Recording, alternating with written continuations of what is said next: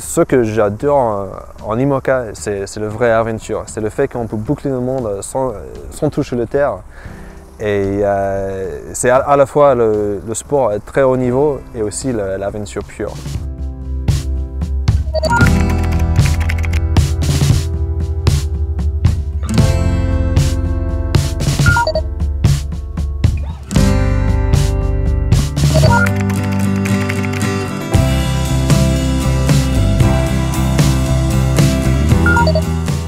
J'avais la chance d'agrandir en Nouvelle-Zélande avec une famille de navigateurs. Mon grand-père a construit le bateau dans le jardin avant son maison et mon père a traversé le Pacifique avant de trouver ma mère. Et du coup, on est parti de Bali et on a navigué en famille pour la première année de ma vie comme ça. Je n'ai pas navigué du tout pendant la période de mes études dans les États-Unis, mais après j'avais mon diplôme dans la main et je me suis barré direct pour l'Europe. J'ai commencé l'aventure française en 2009 avec le Mini Transat. Je fais mon premier Transat en solitaire en 2009 avant de passer l'année suivante en classe 40 pour le route de Rome. Et en Saint-Malo, je me suis arrivé avec plein d'espoir mais aucune idée de ce qui m'attendait. Ensuite, j'ai resté dans la classe 40 pour faire mon premier tour du monde en 2011-2012 avec le Global Ocean Race.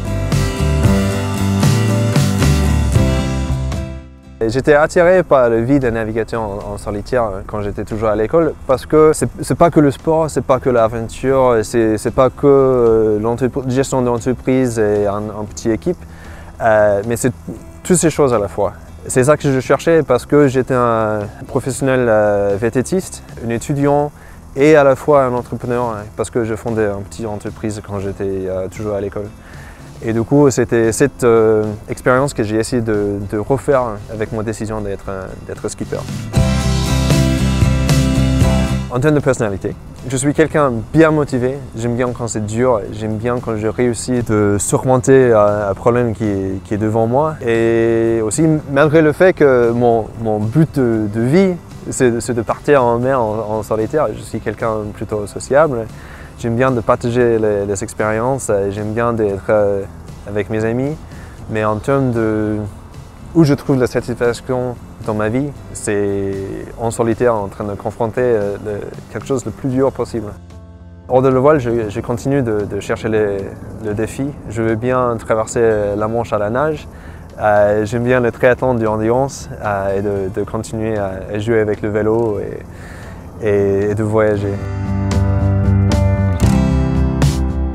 Le meilleur et le pire souvenir en mer sont reliés.